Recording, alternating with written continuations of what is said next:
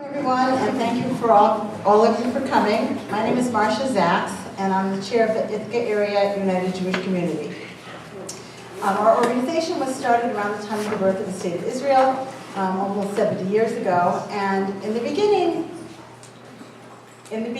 it was mostly for supporting the fledgling State of Israel. Israel is a very well-developed country today. There are still poor people in Israel and all kinds of social service projects that are important for support, but today we do a lot in terms of community work, supporting Jewish cultural, thriving, the Hebrew schools, the Hillels at the universities, the new Biyachad Jewish preschool, which takes place in this space here at Temple Beth El, and all kinds of other things. And we are open to suggestions from the community. So if you have ideas about how you would like to see Jewish life enriched here, please do let us know. A little over a month ago, I was looking at Facebook and I saw a picture of a Syrian man with his arm around an Israeli doctor. And the caption read, "Thank you, Israel, for saving my life twice." First, he was injured in the civil war in Syria, and as many of you may know, when wounded people show up on the Syrian-Israeli border, Israel takes them in and gives them medical treatment. And then he ended up fleeing to Greece, and again, he was met by Israeli doctors on the beach there, and they saved his life again. But because of security risks, his face was actually blurred out, so we could not see it online. So IsraAID is doing some amazing work, and sometimes they are very sensitive to some of the needs of security when they're helping. It's a way of building bridges, the work that they're doing with Arab refugees, but there are special needs as well that they're very sensitive to, and it's very admirable that they think of all those things. I don't want to forget, so I'm going to look at my notes for a minute here. I want to thank our donors for all of the things that they make possible, and especially donors who gave for the events fund today, and we accept donations both online and in the mail. And any donations from today, we're donating to IsraAID. And I have left also on your chairs some information with the online, the website to learn more about IsraAID's work. Thank you, Rabbi Glass, for hosting us here at Temple Beth El. And thank you to our Temple President, Jerry Dietz. Thank you, Yotam Polizer from IsraAID, for coming so far to share your work with us. And thank you to Rabbi Suzanne Brody and Marcus for hosting Yotam, and to our refreshment committee, and to Jennifer Herzog for taking pictures. We can see who you are, you can't hide. And to James Beaujolais for doing the video. It will be available on YouTube, and I'm sure from the Temple and from IUJC websites you'll be able to link to that. So, without further ado, Jerry. Thank you. Before I was invited to introduce Yotam today, I had never heard of IsraAID. And when they sent me the email, asked me to speak today, there was a radio clip. I listened to the radio clip. I was intrigued. I went to the website and had a look at the many, many different projects that IsraAID is involved in, and I think Yotam will speak to that. I will not dwell on those things, although I was very impressed by the fact that IsraAID not only comes into these disaster and tragic situations and sets up short-term solutions. What impressed me was they also stay, sometimes for months and even years, I guess, to effect long-term and sustainable solutions, which was really, really impressive. And really, I have to say, all over. I mean, as their website will say, and I will quote it, that they have been on the front lines of every major humanitarian response in the 21st century. So it's really impressive. I can't do the website justice. I know Yotam will. So a little bit about Yotam. He has over 10 years of experience in education, humanitarian aid, and international development. He is currently serving as the Global Partnership Director and the Psychosocial Support Coordinator of IsraAID's aid and development projects in Asia and West Africa. I know that since September of this year, he's been leading a humanitarian mission in Greece to support the Syrian refugees, and I believe you're going to speak a little bit about that today. And so it really is with great pleasure, real interest, and a great deal of respect that I invite Yotam Polizer.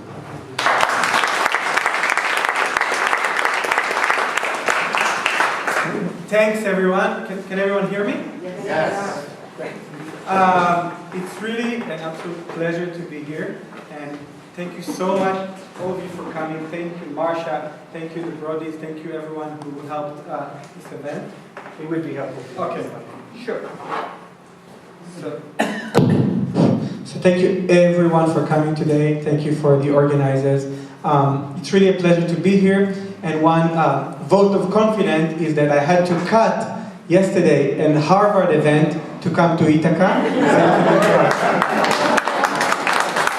True story. First of all, speaking about disaster and responding to every disaster in the 21st century, I don't think we can ignore the last terrible terror attack in Paris. So I'm sure, together with all of you, our heart and prayers go to the people of France and Paris, Jews and non-Jews. And actually, just before this presentation, I got an email from one of our partner organizations in Paris, who is the head of the Association for Victims of Terror and Violence, who's asking me if we have some professionals, some Israeli professionals who could come help the French people cope with this terrible trauma, who affected not only the victims of the survivors, but the whole nation. So just as we speak right now, we try to organize a team that might go to Paris next week. A little bit about myself. I grew up in really one of the most beautiful places in Israel. I'm sure most of you, if not all of you, visited. It's a very small village in the Galil called Harashim. It's just next to Tzfat. Beautiful place, sort of a bubble inside Israel, a little bit like Ithaca maybe. Very peaceful, wonderful people. All the big disaster that happened worldwide was faraway news. After the army, like every other Israelis, I went to India for 6 months. And when I was backpacking in India, I reached to Nepal. And in Nepal, I was struck by the number of street children in Kathmandu. So I decided to join a Jewish Israeli organization called Tevel B'Tzedek. It was actually established by a rabbi from LA, focusing on Tikkun Olam, and I started as a volunteer, and then I became the head of operations. I also joined the Israeli embassy, learned how to speak the Nepali language, which turned out to be very valuable in one of our missions now to support the victims of the earthquake in Nepal. But I want to start my story today actually from Japan. So this picture that you see here, me with these very cute Japanese children, was taken about a month after the terrible tsunami in March 2011. I don't know, I'm sure you all remember these unbelievable images, but let me just quickly flip through it so you'll see, you remember what we talk about. So this picture actually took 4 days after the tsunami. In the tsunami in Japan, almost 20,000 people died. 500,000 people lost their houses. And on top of that, they had a nuclear disaster. So a lot of people couldn't go outside. The children could not play outside. Terrible, terrible tragedy. Japan, a developed country, was really in shock. But when we came there, going back to the children, we saw that the children in the shelter, they had all their physical needs. They had food, they had shelter, they had clothes. What they didn't have is any type of emotional support. So we brought in our team 2 Israeli specialists who worked for years with victims of trauma in Sderot. And we did a very, very simple art therapy activity for the children. We took a big piece of paper, about the size from this wall to that wall, and about 50 children were sitting around it. And now, these are kindergarten age children, an elementary school, and in their kindergarten, 8 children died in the tsunami. Now the Japanese kids, as you know, Japanese people are very reserved. It's not easy for them to show out there. In a way, they're the opposite of Israelis. And so we did a very simple activity. We divided this piece of paper into 4 parts, and each part we gave a different title. The first title was Tsunami, the second title was Home, the third Hope, and the fourth Happiness. And we gave the children crayons, and we told them to just let it out, to just paint whatever they want in each part of the paper. Now when the children first saw the word tsunami, they immediately grabbed dark crayons and very dark colors and black and dark blue, and they completely erased the word, as if just seeing the word tsunami kind of triggered their trauma and gave them flashbacks. And then in the part where it says home, they painted their own houses, just as you've seen in the picture before, because that was their town. So, you know, most of these children, when the tsunami came, they were able to escape to a higher ground, and they actually seen this 35 meters tsunami coming and washing away everything. And when they were given the opportunity to draw it, they just draw whatever they see. In the part where it says hope, they painted their town, their community, before the disaster. It was as if their hope for the future was that, you know, things would go back to normal. And in the part where it says happiness, they painted ice cream, pizza, cherry blossom, you know, they have the Japanese comics characters, stuff that makes children all over the world happy. Now when we've seen the Japanese children reaction, we thought, you know, we know from Israel, from Sderot, we know this is a natural reaction to an abnormal situation. But when the Japanese teachers saw it, they were shocked. Because they said it's the first time the children have actually expressed themselves regarding their trauma. They didn't talk about it before. And the Japanese teachers didn't think about, you know, the opportunity of letting them taking it out in a different way, in what we call now expressive therapy, which is so developed in Israel. So then these Japanese teachers came to us in a really non-Japanese way and asked us if they could learn these tools. And this is really when we started one of our major initiatives that is now operating in 17 countries around the world, which is to provide trauma care for children suffering from disasters. So what is IsraAID? We were funded in 2001. And one of our major principles, and I'll give you some case studies later, is that we really try to be first on the ground. So far we've worked in 40 countries around the world, and at the moment we are operating in 17 countries. It means that as we speak, we have teams there on the ground. And you can divide our work into 2. There is immediate emergency support, and there's long-term initiative. And for the emergency part, we're doing a lot of search and rescue. We did it with the Syrian refugees. We did it with Nepal after the earthquake. We're doing medical support, and we're providing relief aid. And then usually after 3 to 6 months, which is the typical emergency phase, and most organizations, like Red Cross, like Oxfam, like a lot of these organizations are usually leaving after the emergency phase, we stay and provide long-term support. And when I say long-term support, I mean we're not trying to give fish to the people, but teaching them how to fish. Or if I take it one step further, it's actually teaching them how they could create fish ponds and fishing nets, and they could really support themselves. And I'm coming from, you know, maybe a secular family, but I just learned recently that this is the highest level of chesed. And it was really interesting learning experience for me. So, you know, some of the countries, for example, Haiti, it's been 6 years after the earthquake, but we still work there. In Japan now, it's been 4.5 years since the tsunami, and we're the only foreign NGO that's still working on the ground. And this is actually the group of Japanese teachers that was asked us to train them. And when we started work with the teachers, you know, they are very Japanese professional teachers, they wanted to come for training. But when they came to our workshop, we realized that the teachers themselves need a lot of support. So we started to do this kind of games and therapy with them as well. But now let's go to the really hot topic, the refugee crisis, and that's our doctor, our Jewish Israeli doctor from Tel Aviv, Tali, carrying a Syrian baby who lost his mother in a shipwreck in Greece. And that picture was taken a month ago.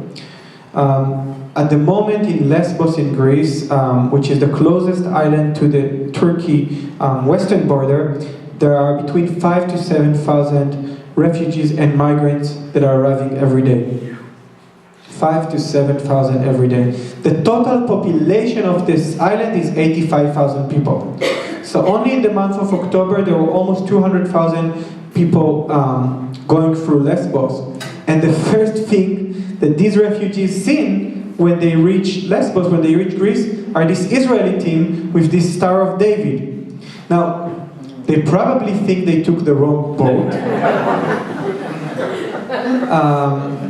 But a lot of them, I have to say, so far, and I was just there a few weeks ago, we didn't see negative reaction. They were shocked, you know.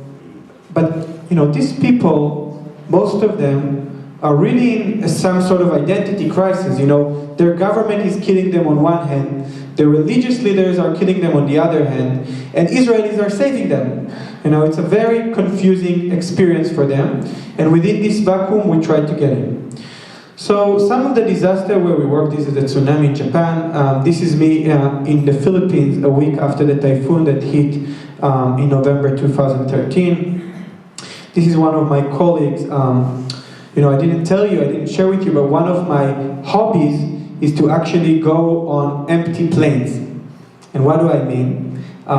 You know, I don't have the means, I don't have the money to go to hire my own jet. So every time there's a disaster, everyone's running away, I come in.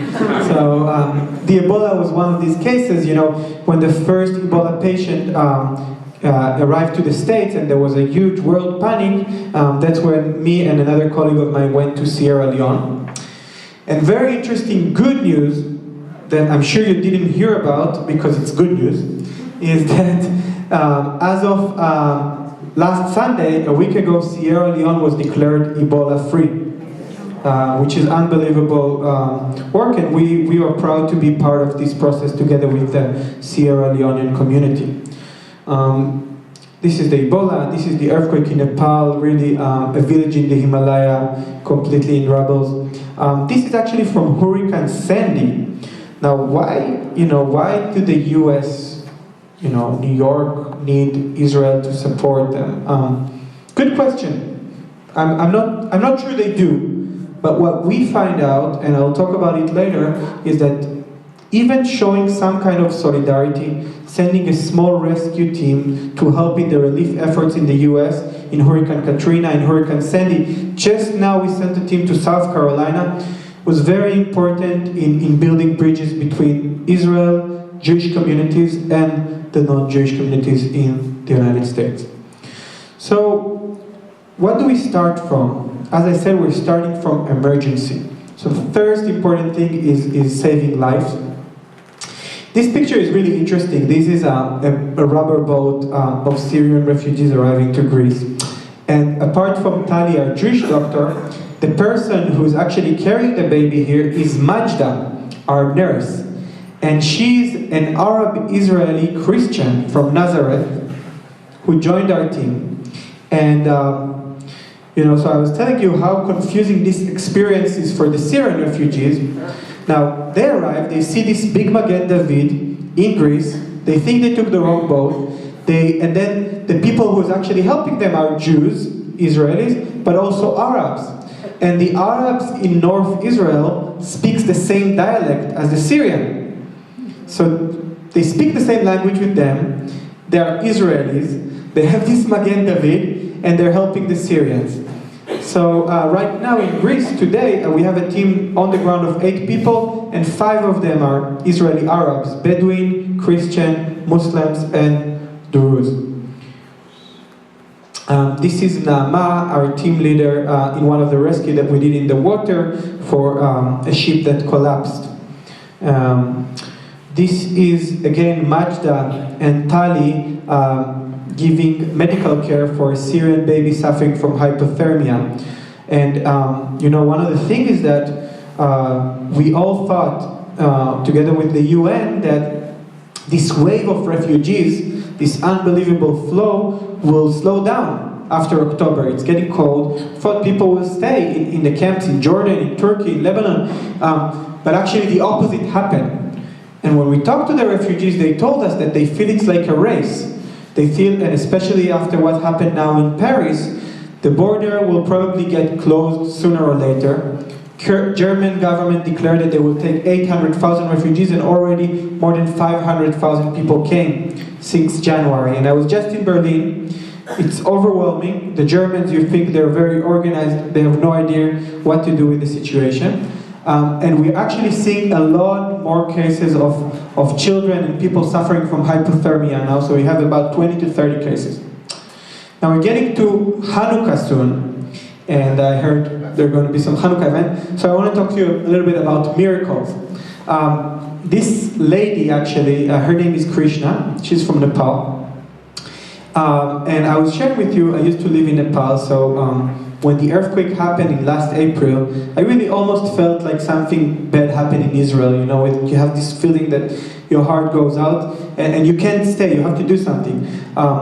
So immediately I was actually in Japan, and I came to Nepal. After I came, there was some problem with the airport, and our rescue team of 15 people from Israel couldn't come until the 4th day. Now we all know that, when you talk about rescue, the first 72 hours are the most critical. The chances of actually finding survivors after 72 hours is close to 0. But we were looking to see, and I went in the worst slum in Kathmandu that was completely wiped out by the earthquake. And I talked to the local community, and we found out one building where 22 people were supposedly buried under the rubble. 22 people. So we decided to start digging out, and we were starting to dig out a lot of dead bodies. Children, elders, and one by one we pulled them out, and we reached the 23rd person. But we couldn't find the 22nd person. The 4th day passed, the 5th day passed, and the beginning of the 6th day, almost 130 hours after the earthquake, 130 hours, we used a special life detector that was developed in Israel, which is basically a very sensitive mic that you put inside the rubble as deep as possible, and using a massive headphones you can possibly recognize human breath. And our commander, the commander of the rescue team, Eran Magen, who worked in these type of disaster areas for ages, he sensed something that he said that about 30% that this is a human breath. And he asked me if I could crawl inside where they were digging and scream in Nepali language if there's anybody in there. He said there might be a reaction. For me, it sounds very weird and very scary, because you have to crawl inside this tunnel, and if I move my hand in the wrong direction, the whole thing could collapse, not only on me but also the other rescue teams and potentially the survivor. So I was crawling inside, about 15 meters into the rubble, and when I reached the deepest point, I screamed something that sounds like Yaha Koko Hununcha, which means, is there anybody in there? And an unbelievable miracle down from the deep. There was a voice of lady saying in Nepali language, Dukcha. Dukcha means I'm in pain. And unbelievably, not only she survived, she was able to make a sound. And she was able to explain to me, and then I explained to the rescue team how to reach her, grab her, and pull her out, and that's her 2 months ago after she recovered completely in the Israeli field hospital in Kathmandu, and she's now safe with her 2 children in the village. Another miracle, this is Iris, our doctor, and she's holding a Syrian baby. And the story is that a 9-month pregnant Syrian lady arrived to the beach in Lesbos in Greece, and her water broke as soon as she reached the island, on the beach. And Iris, our doctor and one of our nurses, helped deliver the baby, and Baruch Hashem is healthy, and that's him in a hospital in Greece after recovery. Marsha was sharing with you about the story of the guy who was treated twice by Israelis. So that's him, Abdallah, and he was not surprised at all. Unlike all the other people who was treated, was shocked to see. I said, no, it's not the first time. And the story was that he was joining the rebels, and in the Golan Heights, after being injured, he was picked up by the IDF, evacuated to Rambam Hospital in Haifa, and got treatment, and then was released and went to Jordan to a refugee camp. And just a month ago, he decided he wants to move to Germany and apply for refugee status. But then he got injured trying to, when he reached the beach in Lesbos in Greece, and then received treatment. He's now our friend on Facebook, and he's a big supporter. This is some of the food we distribute. Marsha mentioned before, this is in Kurdistan, actually in Iraq, and the Kurds, they love Israel. They have no problem with Israel whatsoever. From their perspective, it's very natural to receive support from Israel. But because we work in Erbil, which is 60 kilometers from the Islamic State conquered area, we cannot obviously use the Magen David and our logo and speak out loud about our Israeli identity. This is a model designed by an Israeli architect together with a Nepali engineer after the earthquake, and we built 1,200 of these houses. It takes about 6 hours. Now we train the local team, 6 hours to build it, not the whole thing with the bricks, but to build a kind of igloo part of it. And it's really interesting because we designed a model that cost only $150 to build. And a lot of the people in the villages, I don't know if any of you visited Nepal, it's a beautiful country, they were so much happy. They said it's better than what they had before the earthquake. And definitely more safe. This is another emergency program, a beautiful initiative started by free mothers in Israel. They've seen the pictures of the mothers, the Syrian mothers, going and carrying their baby all the way from Greece to Germany with nothing. And they decided to collect these baby carriers, these baby slings. Their children are already grown up. They don't need these carriers. So they opened a Facebook group called Slings for Refugees. You can all look it up. And they started to collect it. And only in Israel, in 1 week, they collected 750 of these slings, and they sent it to us in Greece. And then it became very viral, and a lot of mothers from all over Europe, from Sweden, from UK, from Germany, from Holland, they all started to collect, and so far we collected 3,500 of these slings. And the Syrian mothers, the refugees, this is really what they appreciate the most. Now let's move to the long term. So after the emergency period, and some of these emergencies, it's an ongoing trauma. When we talk about the refugees, it's not like the tsunami. Tsunami is one thing, it's over, and then you work on post-disaster, and you start the recovery process.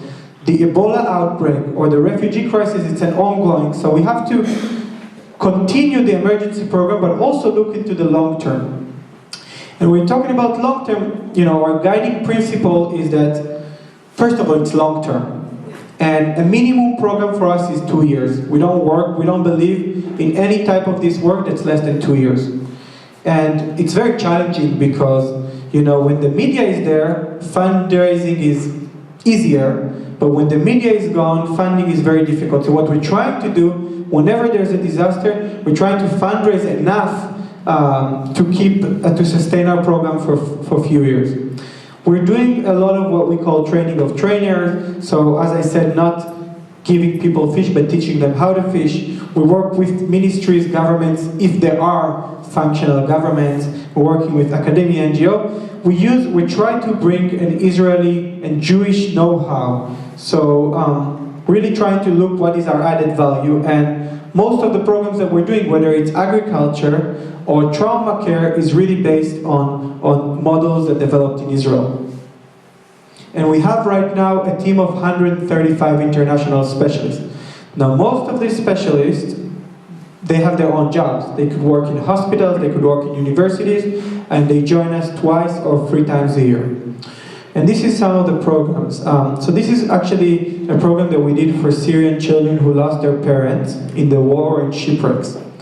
And we did also art therapy, and I want to share with you one of these drawings that made by an 8-year-old Syrian girl. So, of course, as I said, we didn't ask her to paint her journey, her trauma, or whatever. We just gave her crayons and paper, and she was drawing her family going from Turkey here, getting on the boat.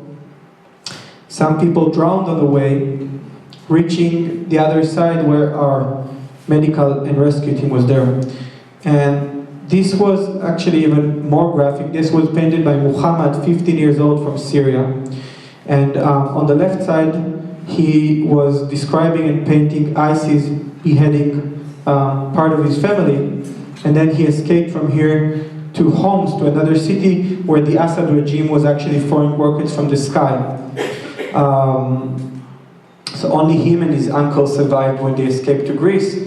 And before that, our psychologist asked him, so Muhammad, when, you didn't have a place to stay, so what did you do? He said, I was just running in between these 2 areas. So we can, imagine what layers and levels of trauma these children have to go through. This is the activities that I was telling you about in Japan. This is the area where it says tsunami, where they painted very dramatically. This is the area where they says home. Again, the children enjoy, they're playing. But if you look at what they're drawing and what they're playing, you can understand the depth of what they had to go through. This very cute Japanese girl lost her mother in the tsunami. And she didn't speak. She was functional, she ate, she drank, but she hardly spoke to anyone for almost 2 months after the tsunami. And then we did some music therapy activity with the children. And I can play guitar, not professionally. I can play a few chords. And this girl, she really liked the guitar, not me. And then I invited her to play with me. And I told her I made as if my right hand was, painful, so I asked her if she could play with me. So I was holding the guitar with my left hand, and she was playing the right hand. And I saw that she's really getting into it. So I asked her through an interpreter, and now I can speak Japanese, but at that point I couldn't speak a word. I asked her if she could teach me a Japanese children's song. So she started to teach me, and of course I tried to imitate her, but I made a lot of stupid mistakes. So she started to make fun of me and to laugh, and then her teacher also joined us and started to play with us, and then I sort of let the teacher take over, and slowly she was able to communicate again. This is an interesting program for the Ebola. And again, we all heard that Ebola is killing everyone, but actually there were a lot of survivors. About 50% of the people survived. But the biggest problem with the Ebola survivors was that they were so stigmatized. The communities didn't want to accept them back. So we decided to do a support group for the Ebola survivors. Now, why this picture is so unique is because, first, this is a Muslim lady, Fatmata from Sierra Leone, who never seen an Israeli person in her life, and also thought that we are monsters. So that was nice for her to see that we're not monsters. And the other thing that's really interesting is that in the Ebola outbreak, when I was for 6 months in Sierra Leone, in every place of the country you see these signs saying A, B, C, avoid body contact. But for the Ebola survivors, it was proven, there's a lot of research, that they're actually immune.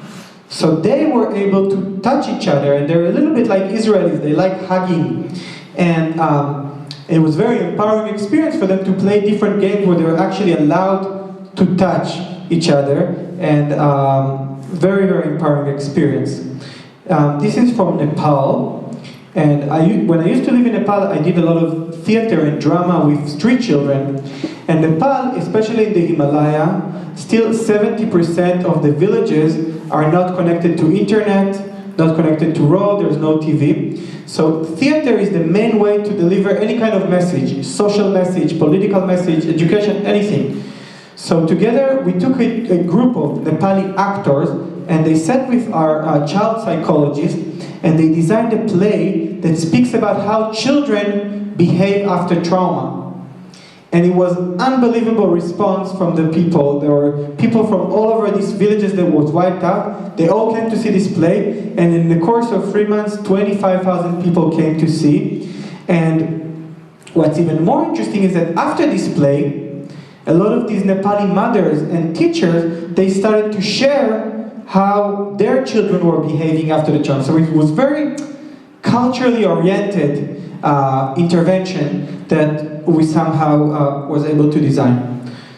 Complete different intervention is our team together with an app company from Silicon Valley called Journey Apps. We designed a special phone application, mobile application, to measure the levels of stress among health workers in the Ebola. Now, why was that so important? In one hospital, for instance, in Sierra Leone, and I'm sure you all heard about the fact that a lot of the health workers themselves in the early stage had got infected. So in one hospital, 35 doctors and nurses died of Ebola. All the other doctors and nurses were just terrified. They didn't want to go to work. They were so stressed. And we all know that people who are stressful are more likely to make critical mistakes in their medical work. So measuring their level of stress and seeing that if they're too stressed, they need to go on vacation or they need some stress relief activities was very important, and we designed a special app for that that's still being used. This is from the Philippines. This is a long-term training program that we did for teachers. This is again the Ebola. This is actually a very interesting program that we are doing for North Korean refugees, people who escaped from the labor camps in North Korea. For me, it's one of the, it's a very small program because unfortunately it's very hard to fundraise for this program. But for me, as a grandson of Holocaust survivor from Hungary, when I heard the stories of the North Korean refugees about the labor camps in North Korea, I couldn't help but thinking about what my grandparents went through. And I feel it's like a very strong Jewish responsibility for us to support these people. And this is again in the Ebola. Now I want to get into why, how this work, how our work, I feel like helping Israel, and why I think it's important. So this is one of our main friends, and maybe if you didn't recognize him now you can. Sean Penn, the Oscar winner, and he is working in Haiti. He has his own charity. He's been working there for 6 years, and from the very first day after the earthquake, he became our main partner. He really recognized our support, and together with him we operated a field hospital and opened a trauma care clinic. And the really exciting news is that on November 30th, this month, he is coming to Israel for the first time in his life to be the keynote speaker in a conference that we're organizing about Haiti. So, and and I'm supposed to babysit him, so you have to wish me good luck. I'm not sure. I think it's going to be a real disaster.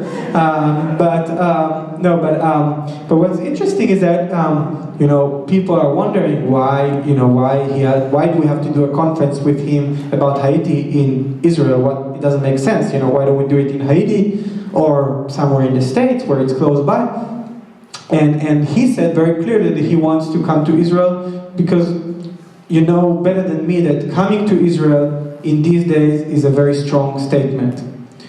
Another friend, the Pope, my buddy, my drinking buddy, he received from one of our board members a handcraft that was made by our women group in Haiti.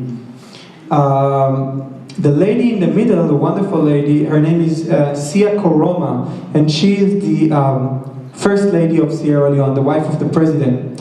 And when I met her, it was beginning of October 2014. So really the peak of Ebola, and she was so moved. She said, how come a country like Israel, small country, you have so much of your own problems going on, and you're sending a team to help the Ebola when everyone is basically running away? So she told me that the first country she's going to visit after Sierra Leone will be declared Ebola free is Israel. And the good news is that just 2 days ago I got an email from her assistant that she's planning to come next month. Prince William, he came to visit Japan, the Fukushima affected area, and he met with a lot of the teachers and the children. And they told him about our activities with them, so he asked to hear from me about the work. So I had a really nice chat with him about it. The person here, his name is Matthew, is the Chief of Child Protection for UNICEF. Again, not our typical friends, the UN. And he was so impressed and he was so excited about the type of program that we offered to support doctors and nurses in the Ebola outbreak that he told me that UNICEF is going to fund us. So UNICEF right now, they provide funding for 3 of our programs in Liberia, Sierra Leone, and in South Sudan. And Matthew is a very close friend, and he said, I don't care if they tell me something in the headquarters in Geneva or in New York, we're going to fund you. But then moving forward, I really believe that these terrible, terrible disasters are also a unique opportunity. In psychology, we call it PTG, post-traumatic growth. We all know about PTG, post-traumatic growth. I mean, it's a term in psychology that resembles the potential for growth after disasters. I think Israel is an amazing example, growing from the Holocaust and becoming a nation. There's a lot of cases of individual post-traumatic growth. A lot of the victims of rape are becoming supporters. Now, it doesn't mean that the trauma or the tragedy was good. But it's also a unique opportunity. And we've seen this in our work many times.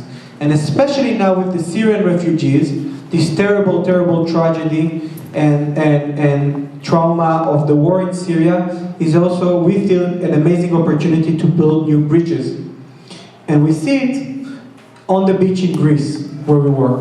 And this, for example, our social worker, Bedouin, Warda, on the right side, hugging a Syrian mother who lost her son in a shipwreck. And the reason they're smiling is because you can see they're organizing salads, which was for the celebration of Eid al-Adha. Right after Yom Kippur, the most important Muslim festival in the year, was organized and funded by us for the Syrian refugees in Greece. This lady here, lying down, she received CPR from our nurse, and of course she woke up, she was in shock to see Israelis. But then after this shock, she told us that her father was actually a Palestinian refugee who escaped from Israel after the 1948 war to Damascus. And then he passed away, and then she escaped from Damascus to Greece, and then in Greece, her life was saved by Israelis. So again, very confusing, but an amazing opportunity to build trust, to build bridges between people. Another different types of bridge, as I was telling you, is our work with the Jewish communities here in the States. And it's not only our work in disasters in the States, but also, you know better than me that a lot of the young, but not only young Jewish people, they feel less connected to Israel for different reasons. Now, I'm not here to judge these people, but what I want to offer is an alternative. What I want to offer is a bridge for them to reconnect. And we feel, and I'm talking in campuses, I was just in Stanford, in Harvard, in Brandeis, and I meet very bright young Jewish professionals that feel like this humanitarian work is actually a great way for them to reconnect, which is really important for us. So this is a Jewish community from New Jersey, this is a community from Oklahoma. This is actually a whole different story about a Japanese guy from the tsunami area who joined our program in Japan. His name is Soru, and after being supported by Israel, he wanted to join IsraAid and our team when we went to Nepal. So that's him in Nepal, from Japan, him in Nepal, helping building shelters as part of an Israeli NGO. Very interesting. And before I conclude, I would like to finish with a quote from a Syrian doctor. Now, I had no idea before I went to Greece, but when I met a lot of the Syrian refugees, a lot of them were very highly educated, doctors, engineers. And this guy actually spoke fluent English. And after the first shock of being saved by Israelis, he told me, my worst enemy became my biggest supporter. And the people who were supposed to protect me back home are now chasing me away.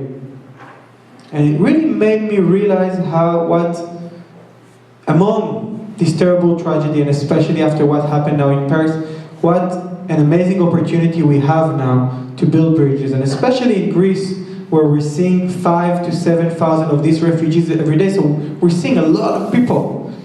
And even if we were able to change one person, it's great, but I feel like we're able to change much more.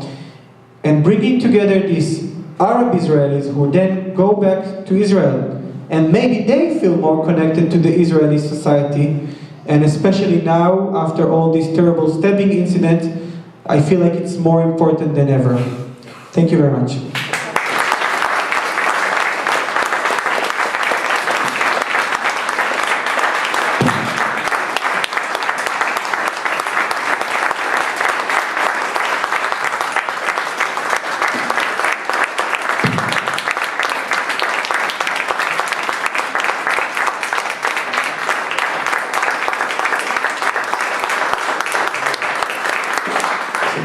I don't know how many of you speak Hebrew, but אני ממש מתרגש.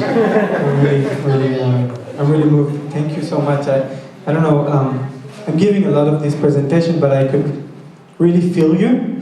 And I mean, it's not my job, I'm not a spokesperson or anything, but I could really feel the vibe from you, so thank you so much. It's really an honor to be here.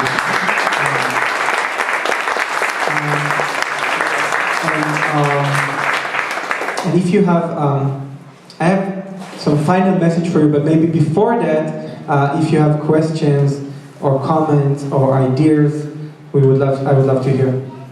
Yeah. So, a number of your examples, you mentioned people on your team that were there to help. You mentioned numbers. The numbers were all less than 10. So is it like, 5 people running around the world doing this? How big and how? Okay, thank you. So we work in 17 countries as we speak, and in each of these countries we have a team that's based there. So this team that's based there permanently is usually a team leader, an assistant, and some local staff. So we have as paid staff today about 120 people all over the world in 17 countries. And then on top of that, we have these 135 professionals who are people who have their jobs, but they're coming twice or 3 times a year to provide some of these trainings and support, so medical doctors. And then on top of that, we have some non-professional volunteers, so some of the people from the Jewish community, some of the people who collect these links for refugees, and the number is around 2,200 people who are in our network. But one of the things that we want to do here in the States now is build our network. So we want to recruit more people to become staff. We want to recruit more people to become volunteers, both in the States and in Israel and all over the world. And in Boston, for instance, we had 2 very successful meetings with a lot of psychologists who would hopefully join our program. So we really want to bring much more people on board, and there's definitely a need. What type of time commitment are people making when they join you? Very good practical question. So usually if people are coming and joining us on a mission, the minimum we require is 10 days. Really the minimum of the minimum. Ideally it's 2 to 3 weeks. But of course it's difficult for people to take time off. And we want to get really professionals joining. So the minimum is 10 days, and we hope that the people who is taking time off will be a long-term supporters and long-term volunteers or consultants, so they will join more than one time, because when you go to these parts of the world, it takes a few days just to adjust and just to understand the chaotic atmosphere. So we're giving orientation before going, and when they arrive, our team on the ground actually help with all the logistics, so we're not just random people coming. There's some sort of plan. But yeah, 10 days is really, really the minimum. Yeah. I have another question. I have heard on the news that Israel is going with Met people to help. Sometimes the countries don't let you in, but I never heard the name. That's our fault. And I can complain for ages about the media miscoverage. I was just actually showing the students in Ithaca College that last week we were covered in CNN. But even in CNN, they showed our doctor with the logo, but they say Israeli. I mean, it's good they say Israeli. Sometimes they don't even say Israeli. But you're right. You have to differentiate. We're a civil society group. We're an NGO. And the IDF, the Israeli Defense Forces, they are going in many of these disasters. For example, in Haiti, we went together. They operated a field hospital, and then they left after 2 weeks because they have their stuff to do, and we took over. So we work very closely with them, but it's a separate group. But you're right. I mean, we don't have at the moment, to be very honest, we don't have a spokesperson. We don't have even a social media person, which is so, basic for any kind of public relation work. We don't, and we wish. We don't get any financial support from the Israeli government. They support our work. We're in close contact with all the embassies. Michael Oren, for example, the former Israeli ambassador, was just joining our team in Nepal. He came with his wife Sally, who is our ambassador. But unfortunately, the Israeli government don't give support. It's not because they don't like what we do. It's because generally the humanitarian support, the development budget in the Israeli government is really close to zero, unfortunately. Any other questions? So the name goes out if you got T-shirts, though, right?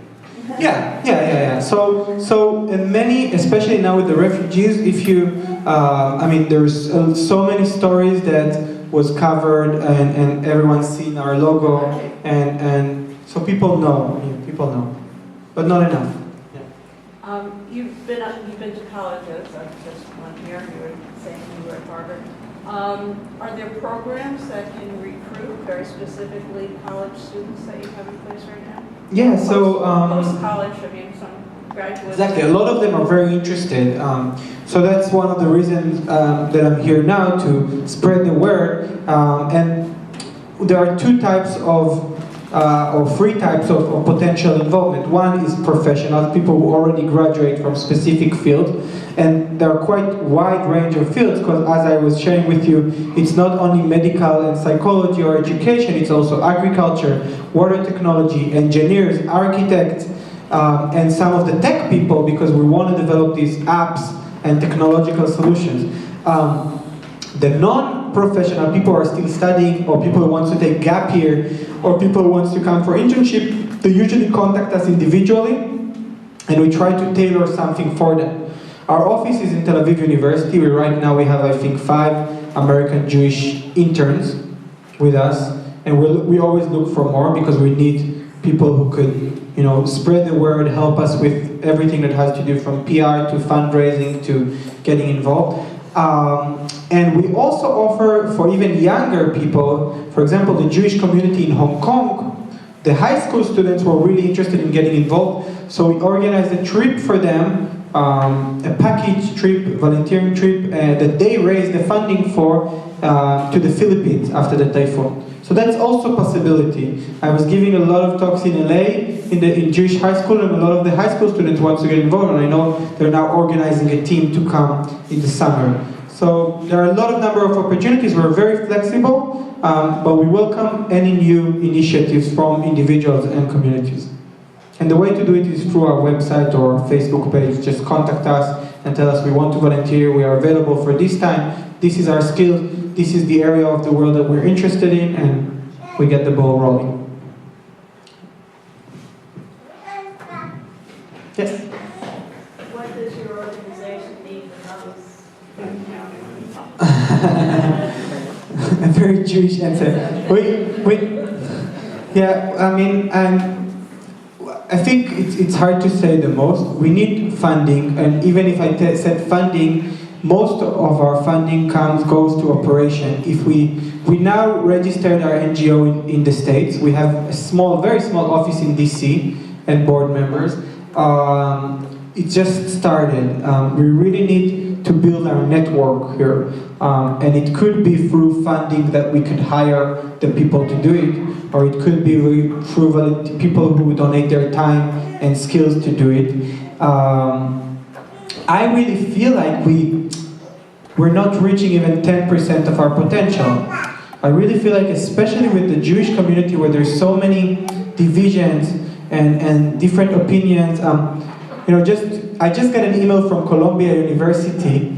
I'm going to speak there tomorrow, and there's about 120 people registered, and they told me that the thing that was so amazing for them is that IsraAID was the first group that was able to bring all the groups, the Jewish groups in campus together. So they're bringing the pro-Israel group on one hand, and J Street on the other hand, and Chabad on the other hand, and the Reform on the other hand. So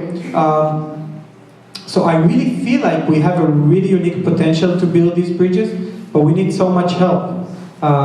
We don't even have a clear presence, a staff member in the States, a paid staff in the States right now, because all the limited funding that we did get was only operational. So it's a challenge. After Columbia, where does your itinerary carry you? I'm going, so I started in LA, I went to Stanford, San Francisco, then Boston, Ithaca, New York, Cleveland, and finishing in Seattle, this tour, and then Sean Penn after Thanksgiving. And then who knows, probably back to Europe to the refugee crisis.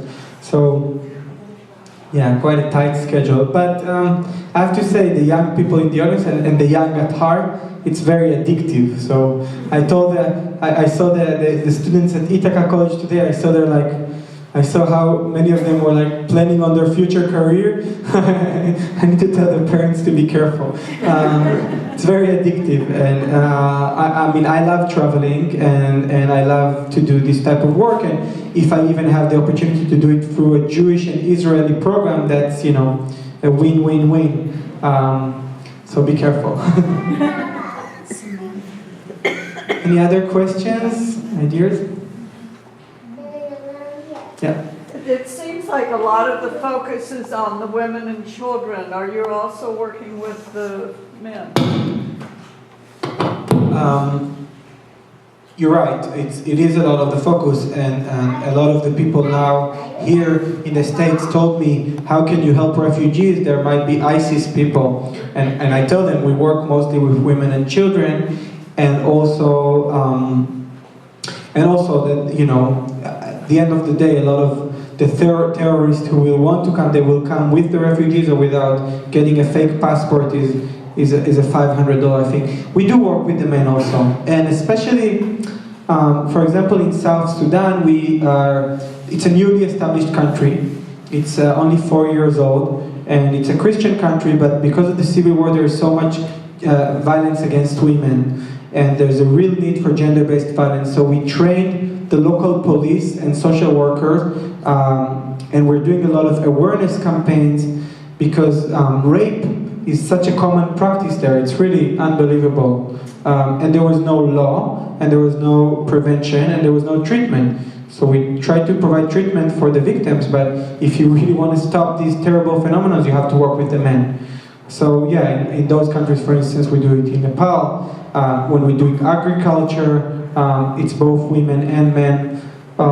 We try to work with the most vulnerable communities, but as I said, we really try to find long-term solutions, so you have to include the men in that. Yeah. I presume that most of the refugees, you mentioned a lot of the refugees that are coming are professional people. How much are you able to get them back involved to provide their own professional help for their communities? It's a great question because one of the countries that we're starting to work probably on January is Germany. And you think why Germany need the support of us, but they're taking 800,000 people and they're completely overwhelmed. And I met with the German Minister of Health in Berlin, and he really wants the Israelis to support, because he feel like not only that they never had dealt with refugees for 70 years since the war, and also they don't have this Arabic-speaking specialist. So he wants us to help them cope with the trauma, and also looking at models developed in Israel in integrating migrants, in integrating Olim Chadashim, and bringing them back to work. It's still an early stage, and we haven't done it so far because we were really focusing on the humanitarian area. But through the next year, the integration process of all these refugees, mostly in Germany and in the western part of Europe, is something that we're planning to support and to really look at the models developed in Israel for that. Some of them are better than the others. We have to also be self-criticized. We still have a lot of problems in Israel with integrating migrants, but we also did some good stuff. Yeah. Yeah. So, I love this. What I'm kind of curious about is, so with little budget, are you able to access email lists of most Jews on campus anyway? Am I able to access which email? Email lists of Jews on campus anywhere. Meaning, have you reached out just to Hillels, just to J Street affiliates, just to Chabad, their leaders, to actually build mailing lists? No, and we wish that anyone will be able to help us. It's a good comment. I mean, this tour here was finally organized after many different groups. Hillel also, and some J Street and some other contacted us for some time and asked for event here or event there, and then we sort of put it together, and then Marsha, lucky for us, contacted us, and somehow it worked itself. But that's what we're really hoping to build now, this emails list, and these people who could help us share all the information in the email list, both so we could recruit people, so we could fundraise, and so we could spread the word, which is really the most important thing. So thank you for this comment, and any support with this will be highly appreciated. I didn't put the last slide, but this is what it said.